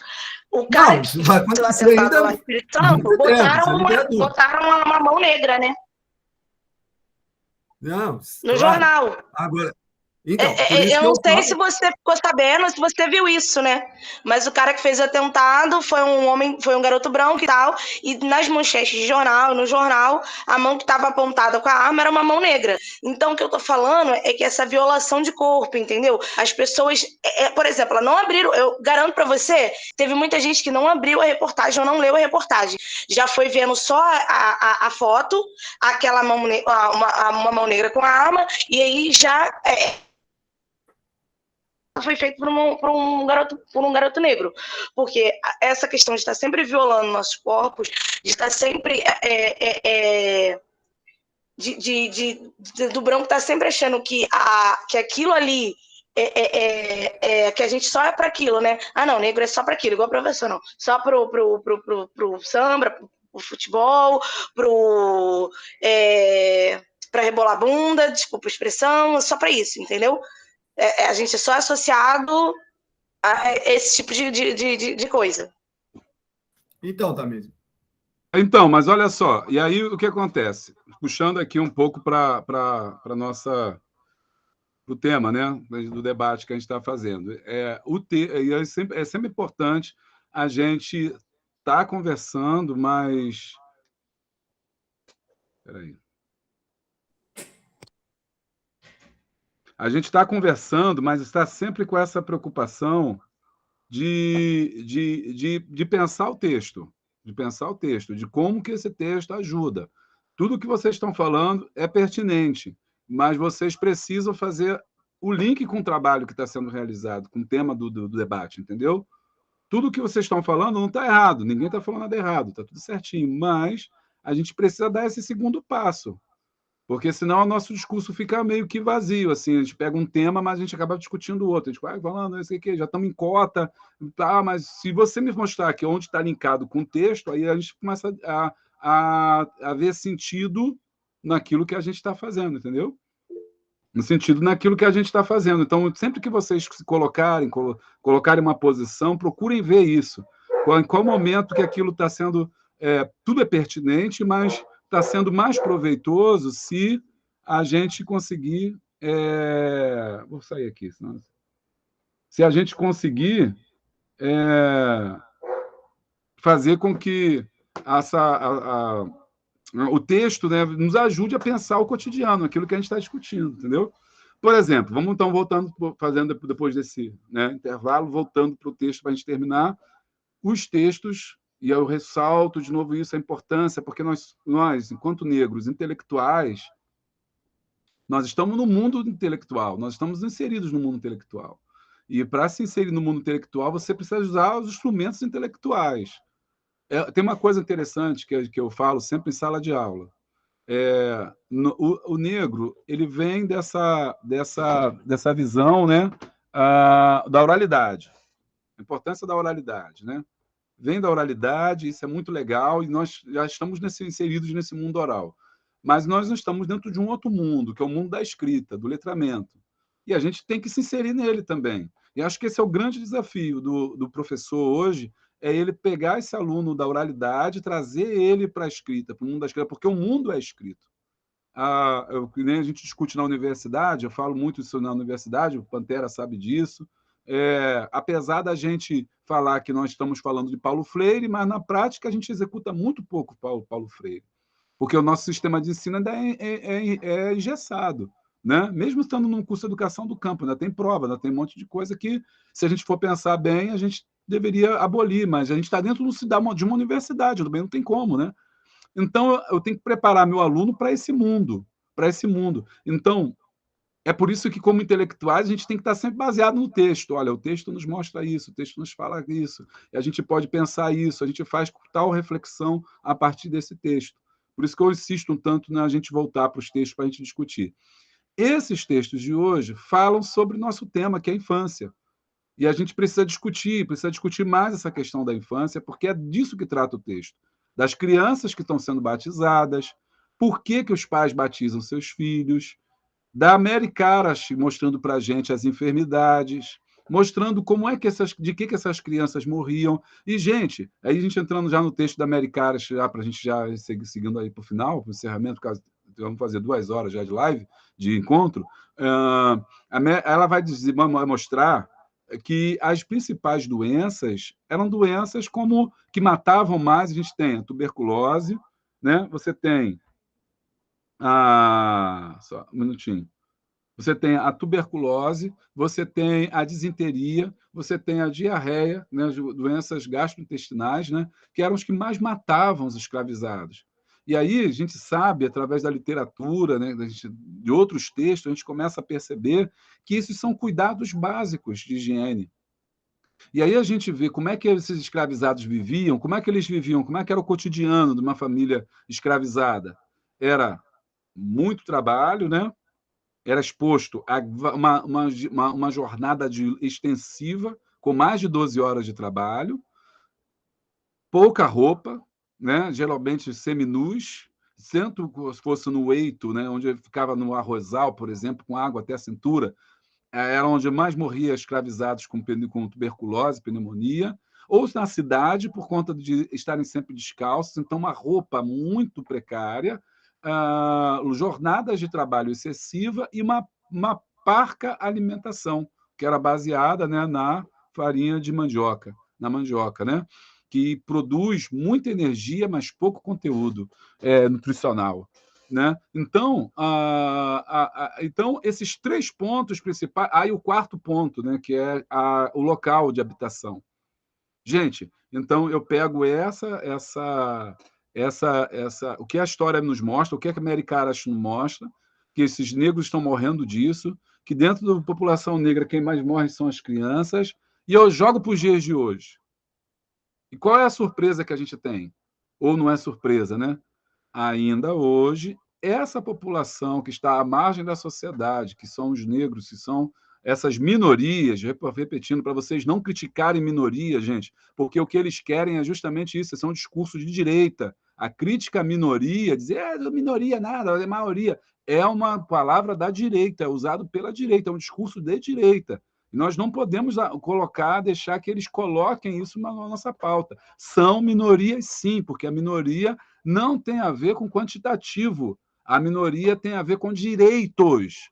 Então, os gays são minoria, as lésbicas são minorias, trans são minorias, negros são minorias. Quem tiver pouco acesso, pouca possibilidade de recursos financeiros, sociais, é a minoria, independente do número. E a gente não pode abrir mão dessa discussão. e falar, não, isso é maioria, né? Não, é minoria sim, porque é esse o conceito que é usado para a gente poder. Indígenas são minorias, independente do número, porque apesar, por exemplo, o Brasil, 60% de pessoas pretas e pardos, e a maioria está na pobreza. Então não é maioria? Ah, é maioria. Que maioria é essa que não tem recurso? Então, hoje, quando a gente olha essas minorias, a gente vê que eles também ainda morrem por doenças banais. Por doenças que estão relacionadas a roupa inadequada, habitação inadequada, comida inadequada e trabalho excessivo. Os 4 pontos que a Carasch mostra para a gente que os escravizados estão morrendo no século XIX. Só um minutinho, gente. Vou desligar aqui que está me incomodando esse eco aqui do outro aparelho. Professor. Fala, pode aproveitar, fala aí. Quando eu falei das cotas, eu fiz uma analogia, só para deixar claro, porque agora a gente recebe as cotas, mas antigamente os jovens eram obrigados a entrar em clube, eram obrigados as crianças, para poder ter acesso à educação. Foi daí que eu tirei a elaboração das cotas, porque nós não somos crianças, somos adultos prazo, as pessoas negras, pobres, a minoria, ao acesso ao ensino superior. Aí tem que ter uma cota, porque nós temos que se adaptar ao que ele nos oferece, assim como as crianças tinham que ir para a igreja, porque era o que ofereceram naquele momento. Ou seja, o que é o passado está se replicando até hoje, só que de forma diferente, claro que evolutivamente. Antigamente era para o ensino primário, né? E agora estamos fazendo para o ensino superior. Por isso que eu levantei o papo da cota, para saber que as coisas estão mudando, mas continua a mesma. É verdade. Só reforçando que a cota é fruto de uma conquista. A cota é fruto de conquista do movimento negro, de luta, né, de anos de exclusão. E o batismo que era feito antigamente não era questão de conquista, é uma questão que está relacionada para paternalismo cristão, que é o seguinte, você dá um pouco de benefício para calar aquela maioria e tal, para eles não fazerem revolta, para eles não buscarem melhorias, então você dá alguma coisa, entendeu? Só fazendo esse adendo, que a cota ela é um instrumento de luta legítimo aí, né? Inclusive, esse ano foi aniversário da cota, não sei se o INFES fez alguma coisa aí, se comemoraram, né? Eu estou aqui em licença e não tive a oportunidade de estar com vocês. Mas é isso, gente. Então, alguém quer colocar mais alguma coisa? Alguém então, quer comentar? Só em relação, frisar bem essa questão que o senhor colocou como minoria, é como se a gente pegasse em cada grupo e ver o percentual de votos que ele tem, né? Então, assim, independente da quantidade dentro de um determinado grupo. Então, essa questão de colocar como minoria, eu acho realmente muito válido e tem que ser valorizado, sim. Porque aí, assim, um grupo de 1.000 pessoas, outro de 100 e outro de 10. Mas todos os grupos vão ter um voto. Então, assim, tem uma imensa quantidade de pessoas que não têm acesso a direitos. Então, elas são minoritárias no acesso ao direito. Né? Isso, desse ponto de vista. Do ponto de vista, e é por isso que o nome é minoria. É do ponto de vista de acesso a direitos, a benesses do Estado, a bens sociais. É por isso que é vista como essa questão minoria. E a direita pega esse discurso, né? E aí fala, não, que minoria é essa? Não é minoria nada, isso é maioria. Não, porra. Quer colocar a mesma coisa do cara falar do racismo reverso, a mesma coisa de falar de branquitude, a mesma coisa de dizer que eles estão sofrendo, né? A mesma coisa do outro falar, mas é ruim ser patrão no Brasil. Pô. Vai ser empregado, pô. Vai para uma comunidade, vai enfrentar um trem no Rio de Janeiro que nunca funciona. Aí os caras brincam falando essas coisas. E a gente não pode deixar passar, a gente tem que estar sempre atento. Bom, gente, tem mais alguma coisa para a gente discutir? Acho que a gente falou dos textos aqui, hoje foram colocados. O Adilson apresentou, fez a apresentação. Eu falei da Carasch e também o pessoal também comentou, o Marco e os demais colegas, a Tamires, a Lourdes. Oi, professor. Fala, Tamires. Não, então, é só para falar do negócio do texto, né, que o senhor pediu para linkar. tem uma parte no texto, né, que ele fala que a doença nutricional das mães que afetavam gravemente os bebês era beriberi, né, que no caso era a falta da tiamina. E aí eu lembrei que o meu pai, quando ele ficou internado com câncer, que meu pai tem câncer de colostomia, ele usa colostomia, teve câncer de intestino, ele ficou com falta dessa vitamina e ele ficou uma semana sem enxergar. E aí o hospital não tinha, ele ficou no Graf Guilhem, né? O hospital tava com falta dessa vitamina e teve que correr para cá, correr para lá, até achar. Então, para a gente ver que já é cometido no negro, né? Já há muito tempo, né? De agora. E aí me veio a memória mesmo, porque meu pai ficou um mês sem enxergar, né? Por causa dessa. Caramba, poxa, que coisa, né? E aí, assim, Tamires, quando a gente se refere a uma coisa que se prolonga no tempo, nós dizemos, né, que isso é histórico. Isso é histórico. Então, esse descaso em relação às questões sociais, em relação ao cuidado do corpo escravizado, né, que depois vai se tornar no alforriado, depois na pós-abolição, né, do liberto, enfim, do crioulo, do afro-brasileiro, ela permanece no tempo. Isso é histórico. Isso não é novo. Não aconteceu ontem. Não começa ontem. A questão das doenças ligadas a fatores nutricionais no Brasil, ela sempre existiu.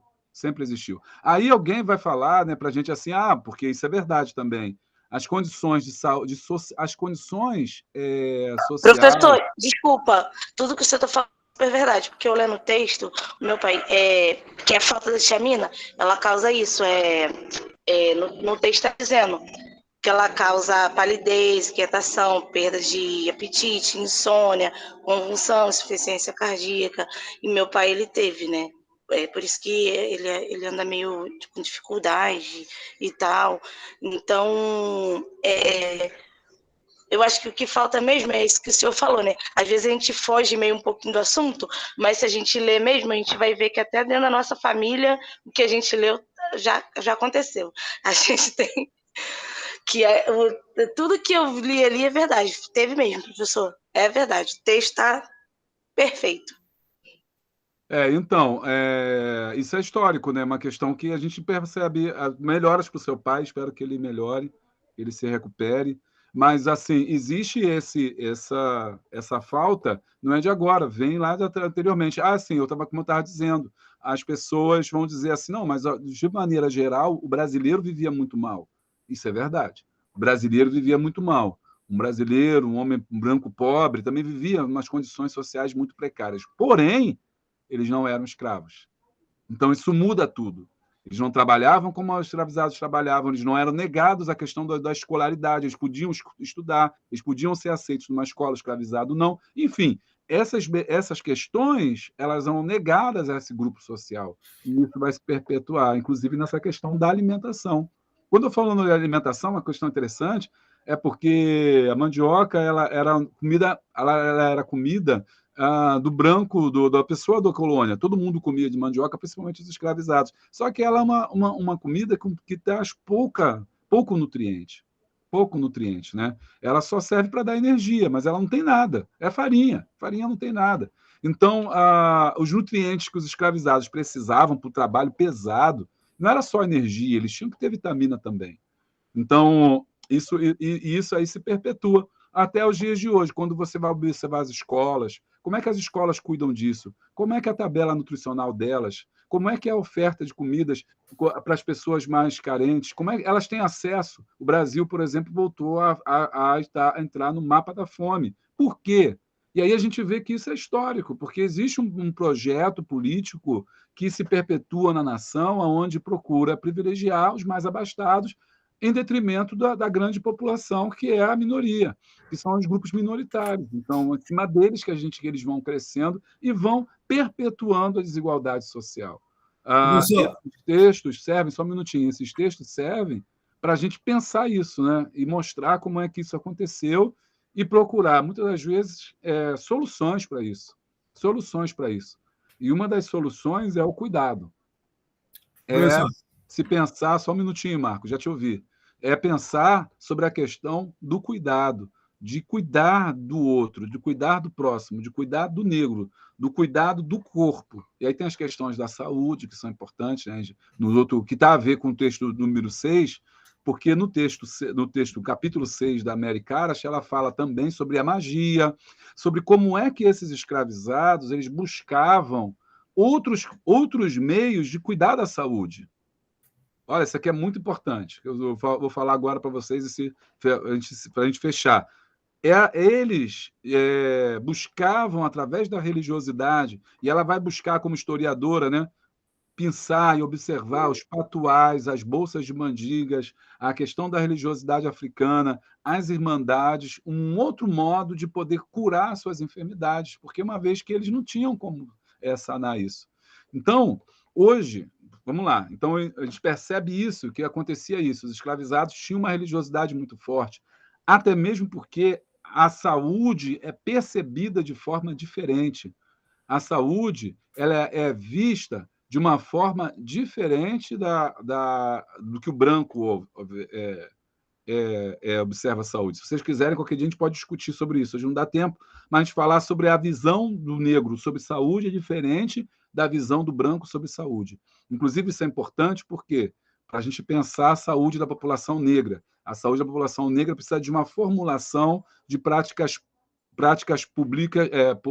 políticas diferenciadas, feitas por negros, porque só o negro é que entende o corpo do negro e sabe como ele sente e percebe e como ele sintetiza os medicamentos. Então, nesse texto da Karash, ela mostra para a gente que eles buscavam o mundo espiritual. Eles se davam esse mundo espiritual para evitar a morte, para evitar a doença, para evitar a diminuição do axé ou do untu, como você quiser chamar. E hoje? Então, quando você olha hoje, a gente só pode criticar, meter o pau, falar assim, fulano está na igreja, fulano é católico, fulano é de religião afro, mas o cara é pobre, por que o cara está lá? Gente, quando você faz essa visão, você também está sendo uma visão elitista, você também está tendo uma visão eurocêntrica. Ele é um ser humano, e como ser humano também busca a sua religiosidade. E não existe. Aí quando a gente faz isso, a gente faz a mesma coisa que os colonizadores falaram. Isso aí vai para a igreja, para a Irmandade dos Homens Pretos e tal, ninguém sabe nada, só tem preto ali e tal. Outros vão olhar e vão falar assim, o que eles estão fazendo, cultuando seus orixás e oferendas, olha lá, eles tinham que estar lutando pela liberdade, não é uma visão materialista, como, na verdade, o homem também tem a sua parte espiritual. Então, nas favelas hoje, existem muitas igrejas pentecostais, existem muitas igrejas católicas, existem muitas pessoas buscando a sua religiosidade. E a gente não pode olhar com os olhos preconceituosos para essas pessoas também. Não, isso aí também está sendo enganado, né? Não, ele está ali por algum motivo, nem que seja amenizar a dor, né? Amenizar a dor, amenizar, dar esperança. É para isso que serve a religiosidade, que esses escravizados tinham e que nós ainda temos, cada um na sua, entende? Então, só para a gente ver isso. A Adriana levantou a mão, Sim, o Marco está professor. pedindo para falar também, mas o Marco tem que... só levantar a mão, Marco, que a gente... Quem vai falar? Adriano, Marco? O Marco já tinha pedido antes. Não, rapidinho. Tamires, eu não vou deixar não, Tamires. Tamires, vou baixar a tua mão, Tamires. Tu já falou pra caraca, Tamires. A gente tem que acabar. Professor, Vou abaixar a tua mão. não, é só a respeito Que isso? Fala, ainda mais que você atropela. Vamos lá, Adriana, é só fala. a respeito mesmo da religiosidade e a relação também que eles tinham com essa religiosidade e as ervas e as curas que eles faziam. E eles trouxeram, quando eles vieram para cá, eles trouxeram e eles adaptaram também. E uma outra coisa em relação a isso, que, por exemplo, em algumas casas denominadas de axé, vamos dizer assim, ainda se tem aquelas mesmas... Se você está doente, você toma um banho, você toma um chá, você faz isso, faz aquilo. Quer dizer, a mesma coisa se repetindo, né, na oralidade, nas tradições. Então, eu acho que, com isso, quando eles vieram, eles tentaram até adaptar, né? Porque há uma diferença... Existiu uma diferença muito grande, né, do que eles tinham lá como erva, como as coisas que eles se curavam para cá, né? Então, eu acho que é mais ou menos isso. Legal, Adriana, você tocou no ponto, legal. Vocês estão agora, a Tamires, da Tamires para cá, a gente conseguiu voltar para o texto e a gente começou a entender a importância do texto para pensar isso. E é justamente isso, né? E aí que eu estou chamando a atenção, Adriana, é para a gente não reproduzir o olhar eurocêntrico e falar assim, o pessoal está tomando erva. Pô, ciência, hoje em dia está na ciência, o cara toma chá disso, chá daquilo, vai numa benzedeira, numa rezadeira, tem a sua religião, tem o seu santo de devoção, então não é uma pessoa culta, não, você não pode fazer desse, a gente não pode ter esse olhar preconceituoso, a gente não pode fazer o que faziam no passado. Cada pessoa tem o direito de ter sua própria religiosidade, o seu mundo espiritual, de crer naquilo que ela acredita. E ela não é menor, porque aí a gente volta lá no começo da reunião, quando o Marco e o São Pantera sinalizaram essa questão do que falta. Né? Porque quando você olha a pessoa que é rezadeira, benzedeira, a pessoa que está numa religião afro, que tem o seu, que cultua o seu orixá, ou que está, não sei se a palavra cultuar é correta, né? Mas se vai ao seu terreiro, seja ali qual for, e tal, tem as suas obrigações, então essa é uma pessoa então, que falta conhecimento, que não acredita na ciência, que ainda está atrasada. Não, a gente está cometendo o mesmo erro que eles cometeram no passado,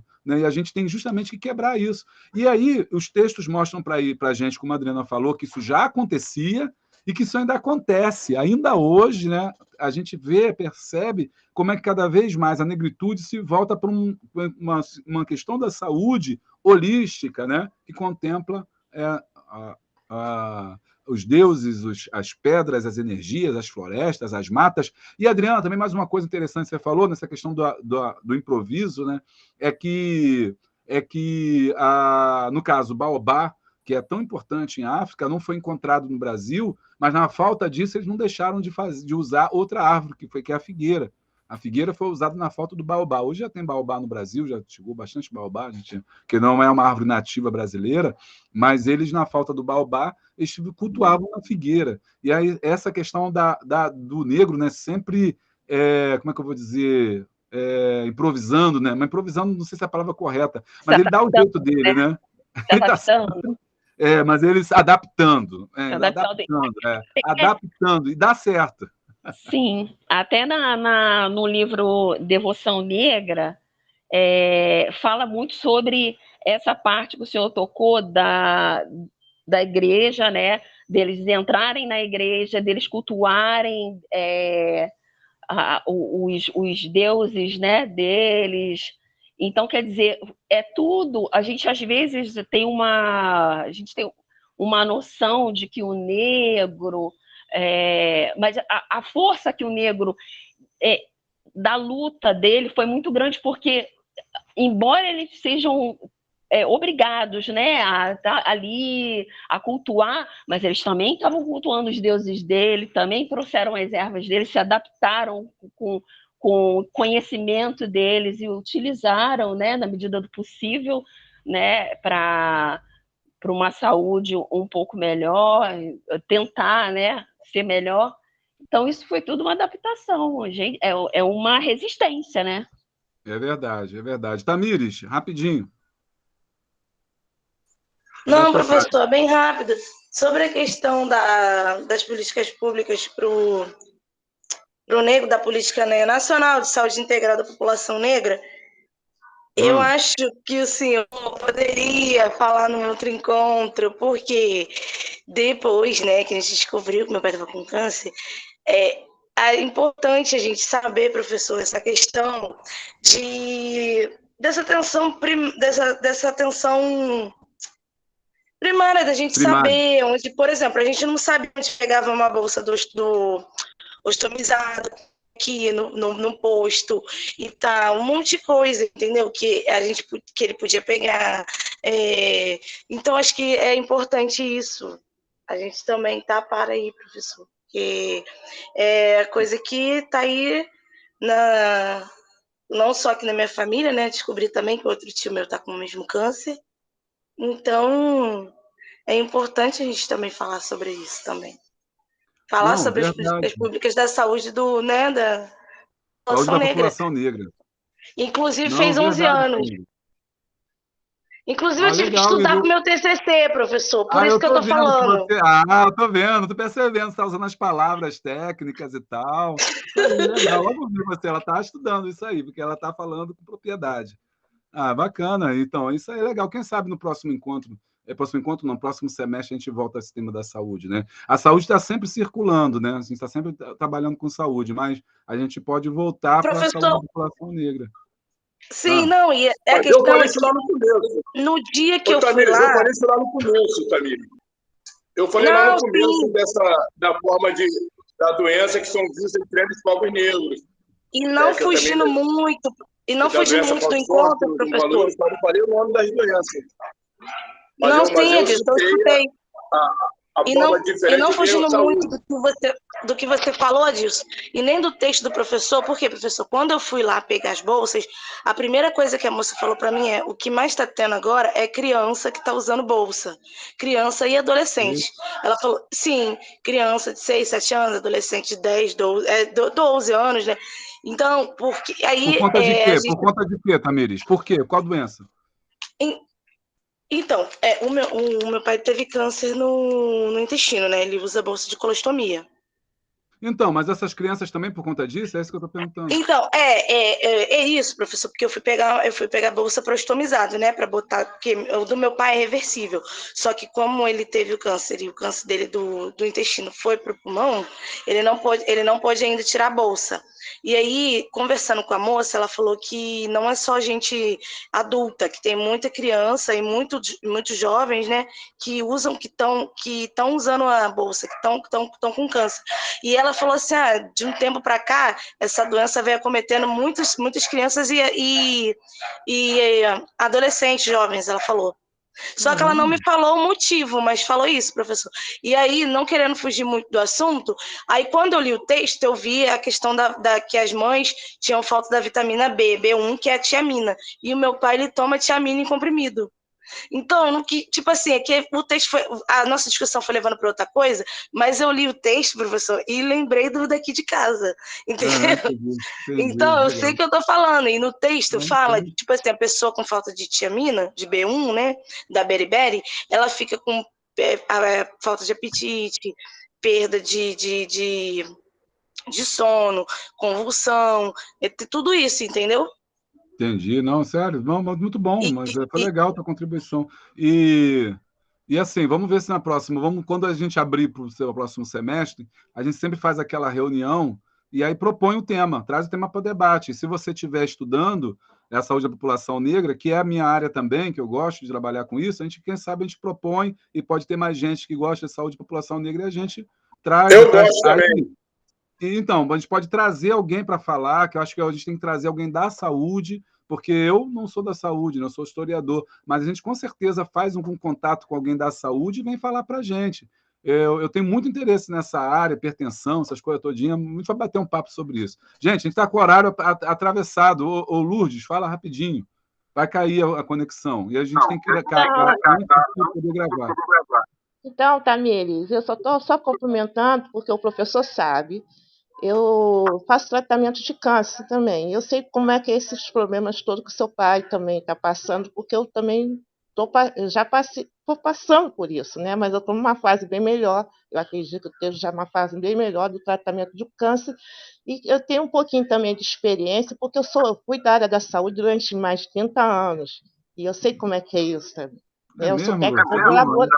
Eu sou técnica de laboratório. Opa aí, Tamires, ó, tá tudo, né?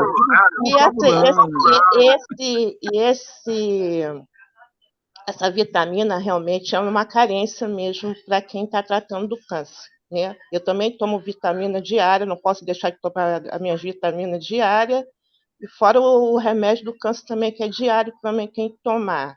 Então, a dificuldade aumentou maior com a pandemia. Então, o tratamento nos hospitais públicos ficou muito precário. Inclusive, a gente perdeu, a Adriana sabe disso, que a Adriana é minha amiga, a gente perdeu 2 amigas com câncer, porque elas tiveram que sair do hospital por causa do tratamento da pandemia, né, da Covid. Então, elas tiveram que morrer em casa porque os hospitais não estão oferecendo tratamento no hospital. E eu passei, eu vi muita gente, acompanhei casos de criança, aumentou realmente muito, casos de crianças doentes, né? E eu assisti isso tudo, né? Como eu assistia antes como profissional e depois assisti como doente. Então, eu sei que o seu pai está passando Obrigada, Lu. e assim, professor, eu vou dizer uma coisa.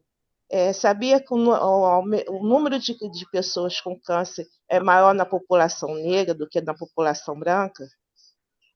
Tá vendo? Estou sabendo agora.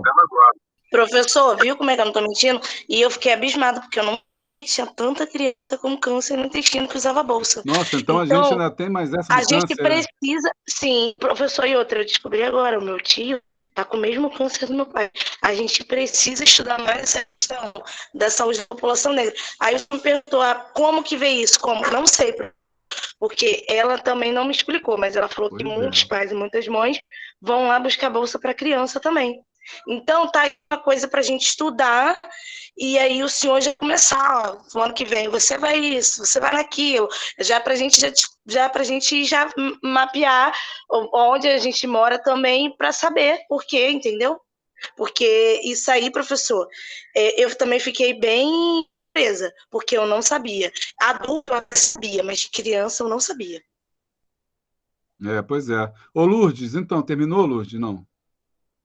Estava falando. Sim, terminei. E outra coisa, só complementar rapidinho. Então, o câncer também é um fator que também, pesquisando, é um fator muito emocional também, viu? E por isso que atinge muito a população negra, por causa, acho que, da nossa memória emocional também. Tamires, eu tive 2 casos de câncer na minha família. A minha mãe morreu de câncer de mama, a minha tia morreu de câncer de pulmão. Olha, força aí, tá, para vocês. Força, Lourdes. Força, Lourdes. Força, Tamires. Tá bom? Tamo junto. E é isso. A gente vai, então, encerrar nosso encontro de hoje, já com essa proposta aí para a próxima semana que vem. Tem um outro encontro que é sobre educação, né? Criança escrava, o tema vai ser educação. É o último encontro do ano e a gente vai passar para no ano que vem, né? Começar a pensar. Tá bom, gente? Então, é isso. Vamos ter que encerrar por causa do horário mesmo. Já são 10 horas, mas o papo foi muito bom, foi muito proveitoso mesmo. Acho que foi o melhor encontro. Eu saí daquele formato, vim para esse, porque eu estava sentindo falta de ouvir vocês, sentindo falta de saber o que vocês estavam pensando. O sistema de live estava deixando só que algumas pessoas, eu mesmo, falasse muito e ouvisse pouco. E assim foi muito mais proveitoso. Bom, gente, vamos lá. Abre aí. Isso, vamos para a foto. Abre aí, gente. Bota aí na tela para fazer o... Eu não sei agora como é que eu vou fazer isso aqui agora. Se vocês estão vendo todo mundo, já começa aí Eu tenho que chamar todo mundo, cara, mas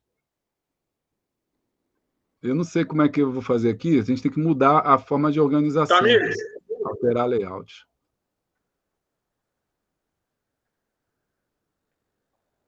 Minha cara tá péssima.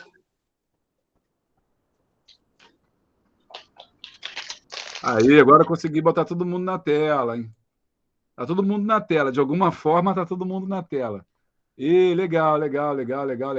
Aí, bacana. Tamires, abre essa câmera, Tamires. Vou tirar você daí. Peraí. Tamires, abre a câmera. Não. Tem mais 5 pessoas, não vai aparecer mesmo, não tem jeito. Não, porque... Deixa. Isso, vou fazer aqui. É só colocar mais janelas, abrir mais janelas. Vou tentar aqui abrir mais janelas, porque tem 5 pessoas que não está ainda. Ela está no máximo, gente. Ela está no máximo das janelas, está no máximo. Tem mais gente do que está no automático. No automático. Não, lá embaixo você seleciona os blocos do layout, do mosaico. Então, Poliana, eu estou botando aqui, alterar layout, né? Alterar lá layout. Embaixo tem blocos. Aí você vai arrastando, ele vai botando mais na tela. Eu aqui estou conseguindo ver todo mundo. Então sou eu que não estou... Então faz o print. Então, vê se você faz o print, então. E aí, pronto, já resolve a situação. Tá, avisa aí o momento. Vamos lá, gente. Vamos falar 1, 2, 3 aí. 1, 2, 3.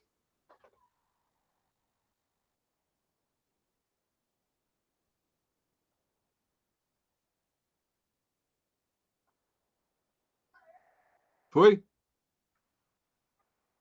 Então, galera, foi bom aí estar com vocês aí. Muito obrigado. Obrigado aos debatedores, apresentadores, condutores, Adilson aí. Valeu, Adilson, pela força. E a todo mundo, Adriana, Marco, Everton, Daniele, Poliana, Tamires, André, Fernandes, Eliette, Adilson, Cíntia, Daniele, Rico. Força, Tamires, força, Luz, tamo junto. E é isso aí. Tamires, força. Tamires, Luz. Um beijo no coração de vocês. Obrigada, gente. Se sabe alguma coisa, estamos aí. Valeu, boa noite. Boa noite a todos, força. Boa Boa noite. noite, obrigada. Boa Cada noite. dia é um dia. Cada dia é um dia. Cada dia é uma vitória. É. Temos que celebrar a vida.